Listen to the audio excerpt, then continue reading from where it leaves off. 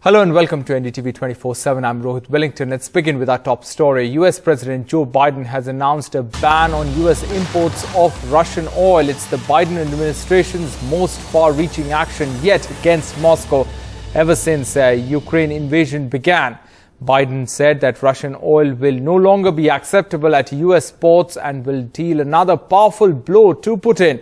The US president also said that Russia will be unable to control all of Ukraine. The decision today is not without cost here at home. Putin's war is already hurting American families at the gas pump. Since Putin began his military buildup on Ukrainian borders, just since then, the price of the gas at the pump in America went up 75 cents. And with this action, it's going to go up further. I'm going to do everything I can to minimize Putin's price hike here at home. In coordination with our partners, we've already announced that we're releasing 60 million barrels of oil from our joint oil reserves. Half of that, 30 million, is coming from the United States. And we're taking steps to ensure the reliable supply of global energy. We're also going to keep working with every tool at our disposal to protect American families and businesses. Now, let me say this. To the oil and gas companies and to the finance firms that back them, we understand Putin's war against the people of Ukraine is causing prices to rise. We get that. That's self-evident. But, it's no excuse to exercise excessive price increases or padding profits or any kind of effort to exploit this situation or American consumers, exploit them. And as global oil prices rise, India's oil concerns are also mounting. The oil minister on Tuesday said that the decision on fuel prices will be based on public interest. But oil isn't the only concern. The rupee on Tuesday witnessed lowest ever closing. How does weaker rupee impact you? Here's a report. Today was the lowest ever closing for the rupee at 77 to the dollar. The petroleum minister finally broke his silence on the fuel price crisis, indicating there will be a fuel price hike as oil companies can't keep taking on the burden of globally rising prices. इसमें निर्णय तो oil companies लेंगी, पर इसमें ये कहना क्योंकि चुनाव के कारण हमने रोका हुआ था, ये बात मैं समझता हूं कि थोड़ी समझदारी से अनकनेक्टेड है. थोड़ा हो सकता है ये ऑयल कंपनीज को निर्णय लेना होगा, उनको भी तो सर्वाइव करना है, उनके अंडर रिकवरीज होगी. पूरे आपको विश्वास इसलिए दिलाना चाहता हूं कि कोई तेल की कमी नहीं आने देंगे. हम we will make sure that our energy requirements are met, even though our requirement is कितनी है 85% we are dependent on imports for crude. The minister also hit out at Rahul Gandhi for saying people should tank up as the government will increase prices now that the elections are over. There has been no increase in petrol and diesel prices since December 2021, even though crude prices are now up 35 to 40%. एक हमारे युवा नेता हैं, वो अक्सर ये कहते हैं कि अपना जल्दी टैंक भरवा लीजिए, जल्दी टैंक भरवा लीजिए, अब चुनाव तक टाइम है, चुनाव तो खत्म हो गया. So just why has the rupee weakened significantly and hit an all-time low? The consistent surge in oil prices due to the Russia-Ukraine war is likely to increase India's oil import bill. And remember, India imports nearly 80% of its fuel needs. And the rupee is one of the worst performing currencies among Asian markets currently. Some experts feel the rupee could continue to weaken and even hit 80 rupees to the dollar. Others indicate the RBI can intervene aggressively and limit the downside of the currency. The combination of high oil prices and weak Indian rupee is quite dangerous because it can lead to high inflation over here. To prevent that, I expect RBI to intervene and sell dollars aggressively to limit the downside of the rupee around 79 levels over the coming days. Apart from those fearing a fuel rate hike and a rise in transportation costs, a weaker rupee is also hurting all those who are seeking education abroad. The spike in oil prices and a weakening rupee intensify India's inflation risks at a time when the country is already battling retail inflation over 6%. Sakshi Bajaj for NDTV. Now, the government has said that all 694 Indian students stuck in Ukraine's city of Sumy have been moved out on buses. Earlier in the day, Union Minister Hardeep Singh Puri said that all 694 Indian students have left for Poltava on buses. The Foreign Ministry tweeted that from Poltava they will board trains to western Ukraine. The students were shifted as part of the evacuation of civilians from Sumy and the town of Irpin near the Ukrainian capital Kyiv through a green corridor to Poltava city in central Ukraine. Well, today has been an absolutely critical day as far as the remaining Indian students in Ukraine are concerned.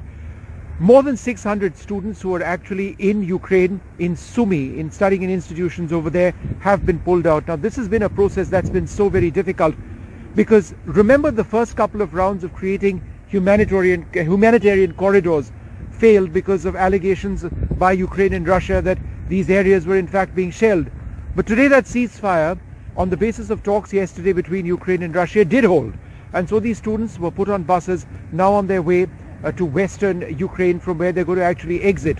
So that's a very major development. At the end of the day, Operation Ganga, despite the fact that these students should have been pulled out much earlier along the lines of what several Western nations were doing, be that as it may, the fact that we've actually got out 18,000 plus students, that more than 20,000 Indian nationals in total have actually exited Poland, exited Ukraine, is actually quite remarkable. It's required a great deal of planning. It's required a great deal of commitment by Indian Air Force, by the Indian Air Force, by various airlines in India, and not least of all the Indian Foreign Service. Because remember, these are IFS officers, and it's a relatively small mission in Kiev, were themselves facing the brunt of a lot of problems. They've come under intense criticism, and perhaps some of that is entirely justified because lines didn't work initially. Call center lines were not going through, students were frustrated, angry, upset, that could all be understood. But now on day 13, if you've got a situation where essentially all Indian students are out of Ukraine, and that you have an opportunity now to essentially wind up Operation Ganga, then it does indicate that we finally did get our act together in getting all of these students out. But the big question now is what happens next? As far as Russia is concerned and as far as Ukraine is concerned. On day 13, it's fair to say that Russia's military offensive has been exceptionally poor by modern military standards. Yes, they have been shelling, but they've neither gained the city of Kharkiv nor of Kiev. They certainly have no presence in western Ukraine, and the Ukrainian resistance has been singularly strong. They are aided greatly by the West, which continues to arm them. So this results in two big fears. One, the biggest fear, of course, is if this game plan of Vladimir Putin isn't working, will he resort to indiscriminate shelling and will he resort to indiscriminate use of air power? That could result in massive civilian casualties and is a worst case scenario. The other scenario, and this is what people are hoping for, is that there is some sort of an agreement still between Ukraine and Russia. Remember, in Turkey, the Russian foreign minister will be meeting his Turkish counterpart in a couple of days. Will that be the off-ramp that both sides can actually look at to ensure that there is peace and that the loss of lives is minimized? Vishnu Shom for NDTV. Now, reports say that Ukrainian President Volodymyr Zelensky has said that he is no longer pressing for NATO membership for Ukraine. Reports say that Zelensky said that NATO is not prepared to accept Ukraine and that the alliance is afraid of controversial things and confrontation with Russia.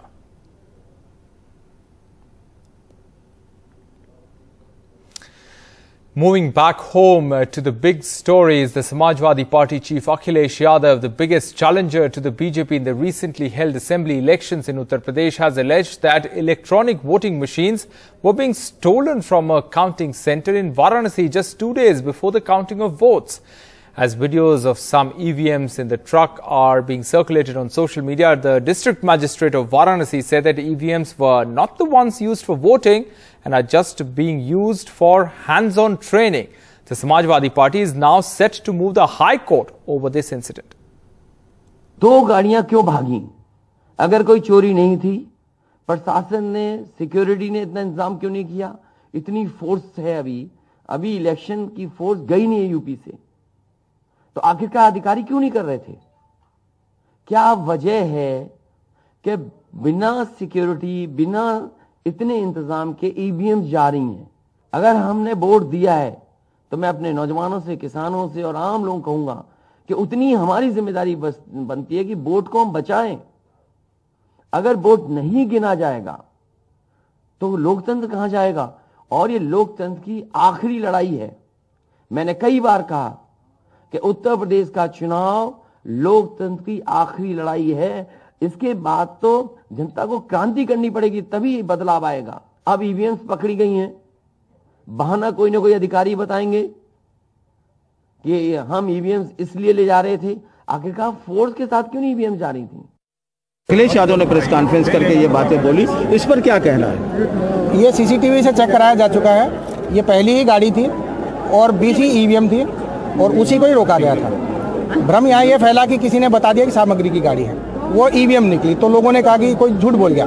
अभी तस्दीक नहीं हो पा रहा, लेकिन ये जो EVM एक ही गाड़ी का था, ये सीसीटीवी से तस्दीक हो चुका है। यहाँ पूरे एरिया में सीसीटीवी लगे रहते हैं, कोई भी गाड़ी का मूवमेंट होता है वो दर्ज रहता है। ये बात क्लियर हो चुकी है और कई लोगों ने ये बात मानी भी है। बाकी जो है यूपी कॉलेज में ही ट्रेनिंग होनी थी, क्योंकि प्रशिक्षण की ईवीएम है जिनका पोल्ड ईवीएम से कोई मतलब नहीं होता है।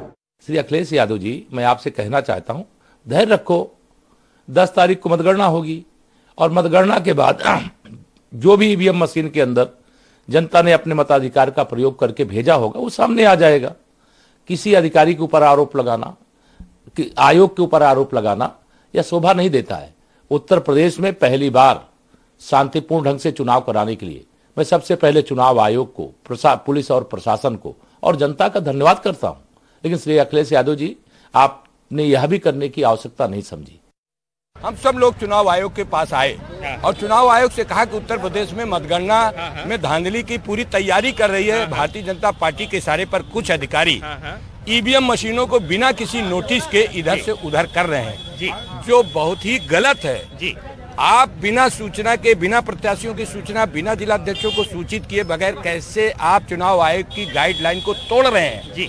आप गाइडलाइन को तोड़ रहे हैं, वो कार्रवाई रोकी जाए। ये बात हम लोगों ने चुनाव आयोग में आदरणीय ओम प्रकाश राजभर जी, डॉक्टर संजय चौहान जी, हम लोगों ने बात की। Rajbhar ji is also with us, Om Prakash Rajbhar, the head of the SBSP. क्या चुनाव आयोग से कोई आश्वासन मिला सर, या किसी तरह की बात उनकी तरफ से कही गई? उन्होंने आश्वासन दिया कार्रवाई करने के लिए। अब क्या कार्रवाई करते हैं अब तो उनके ऊपर निर्भर है, लेकिन जो हुआ है वो गलत हुआ है। So, major controversy breaking out there in Uttar Pradesh just 2 days before the state election results. Now, let's take a look at where the key players were on Tuesday, just 2 days ahead of the state election results. Punjab Chief Minister Charanjit Channi visited his village. Goa Chief Minister Pramod Sawant met with Prime Minister Modi on Tuesday. Priyanka Gandhi Vadra, meanwhile, held a meeting with Rajasthan Chief Minister Ashok Gehlot. Amit Shah was in Tripura on Tuesday. The big question is who will win the mega semi-finals? How do you look at the exit poll which has come? आपके हिसाब से कैसे देखती हैं आप? We'll wait and see the results. How do you count the effort, ma'am? कैसा रहा इस बार का effort? See, we made our full effort. We fought as hard as we could. Now we'll see what happens. The result. Yeah. Now, even before the results, power games are on in the tiny state of Goa, where once again the exit polls predict a hung assembly like last time, where the Congress was single largest but failed to form the government because it didn't strike deals fast enough with smaller parties and independents. This time, it claims it's better prepared, sending its top leaders to the state to corral its MPs and candidates and to talk to non-BJP parties. It's also sent leaders to other states like Uttarakhand and Manipur. But already, a key non-BJP ally in Goa and a partner of the Trinamool Congress says that it's open to an alliance with the BJP. P. Chidambaram, top Congress leader, already in Goa. Another troubleshooter, D.K. Shivakumar, its Karnataka state president, is on his way too. The Congress even reportedly considering corralling its MLAs in a resort in Goa. We are discussing with all our candidates, and all our candidates have said that, okay, let us all be together and stay together. We are not worried about defection because this time even a ticket selection and everything has been forethought of. And also what happened in 2017 will not be repeated this time. The Congress also in touch with other non-BJP parties like the Aam Aadmi Party. Been on record to say that any non-BJP alliance we will be happy to be part of because I think the whole idea was to defeat the corrupt BJP government in Goa And I think we've expressed our willingness in that regard. And of course, there have been people who approached us. No, I haven't had a word with Mr. Gundurao, but yes, from Congress party, there have been a lot of calls from different leaders of theirs, from the local leaders. But the BJP is in motion as well. Chief Minister Pramod Sawant flew into New Delhi to meet the Prime Minister and then flew to Mumbai to meet Goa Chief Devendra Fadnavis, as the BJP too opens talks with Goa's smaller players. The main kingmaker is likely to be this man, Sudhin Dhavalikar, of the Maharashtrawadi Gomantak Party, or the MGP, a long-standing ally of the BJP, but presently in an alliance with the Trinamool Congress. Yet, MGP leaders told NDTV that they are talking to everyone, including the BJP, and haven't ruled out any options. The Congress has also sent firefighters to other states. Chhattisgarh Chief Minister Bhupesh Baghel, Rajya Sabha MP Dipender Hooda and former Karnataka Minister M.B. Patil to Uttarakhand. कि 5 प्रदेशों के इन चुनाव में देश की जनता ने, 5 प्रदेशों की जनता ने दिल्ली की एक अहंकारी सरकार का अहंकार तोड़ने के लिए मतदान किया है। और 5 में से 4 प्रदेशों में हम उम्मीद करते हैं कांग्रेस अपने बलबूते पे सरकार बनाने में सक्षम होगी। उत्तराखंड, पंजाब, गोवा, मणिपुर और 5वें प्रदेश उत्तर प्रदेश में बदलाव निश्चित है। उस बदलाव में निर्णायक भूमिका कांग्रेस पार्टी की रहेगी, ऐसा हमें विश्वास है। And former Union Minister Ajay Maken and spokesperson Pawan Khera to Punjab. A senior Congress leader told NDTV that 3 leaders have been sent to each of these states not just to ring-fence the MLAs but also to take political decisions on ground based on the emerging situations on Thursday. With camera person Xavier Thomas, this is Arvind Gunasekar for NDTV. The Shiv Sena on Tuesday accused the centre of selectively targeting opposition-ruled Bengal and Maharashtra after the Income Tax Department conducted a series of raids of people linked to the state ministers Aditya Thackeray and Anil Parab. Accusing the government of misusing the central agencies, Mr. Thackeray said that this happened in Bengal, Andhra Pradesh, and now if elections are to be held in Maharashtra, it is happening here too. Sources said that raids were conducted at the home of Shiv Sena office bearer and Shirdi Trust member Rahul Kanal, who is considered close to Maharashtra Minister Aditya Thackeray. महाराष्ट्रावर आधी देखील अशी आक्रमणं झालेली आहेत. हे दिल्लीचं आक्रमणच आहे. आपण बघत असाल गेल्या काही महिन्यांमध्ये जेव्हा इथे निवडणूक लागेल असं कळायला लागलं आणि महाविकास आघाडीची भाजपला भीती वाटायला लागली तेव्हापासून हे सुरू आहे. हे यूपी मध्ये असं केलेलं, हैदराबाद मध्ये केलेलं, बंगाल मध्ये केलेलं, आता महाराष्ट्रात निवडणुका येऊ राहिलेल्या आहेत म्हणून इथे सुरू आहे. हा भाजपची एक प्रचार यंत्रणाच झालेली आहे. या सगळ्या सेंट्रल एजन्सीज महाराष्ट्र झुकणार नाही आणि महाराष्ट्र थांबणार नाही. जिस बात का मैंने जिक्र किया, Jitendra Navlani and racket with ED, उस बारे में मुंबई पुलिस ने एक एफआईआर दर्ज कर करप्शन 4 ईडी अफसर्स के खिलाफ जितेंद्र नवलानी की पूरी जानकारी के साथ हमने किया है. आप देख सकते हो, आपको उसका भी सर्कुलेशन हो जाएगा. और मुंबई पुलिस ये एक्सटॉर्शन रैकेट की क्रिमिनल सिंडिकेट की जांच आज से शुरू कर रही है. मुंबई पुलिस उसकी जांच आज से शुरू कर रही है. And mark my words, ED के कुछ अफसर जेल में जा सकते हैं. In some other news, the international flights to and from India will resume from 27th of March. That's what the Civil Aviation Ministry has said. After nearly 2 years, India will resume international flights from the 27th of this month. Air bubble arrangements, which allow 2 countries to operate flights into each other's territories subject to certain conditions, also stand revoked. Earlier, India had planned to resume international flights from the 15th of December, but that was withdrawn due to Omicron. International commercial services to and from India had been suspended from the 23rd of March 2020 due to the nationwide lockdown.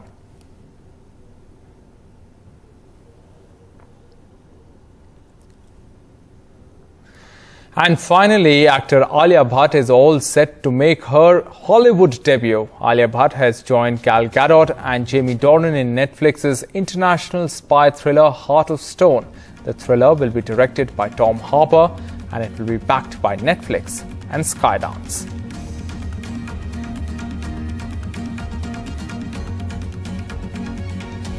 And And that's a wrap on this bulletin from the entire team. Thanks for watching. Goodbye.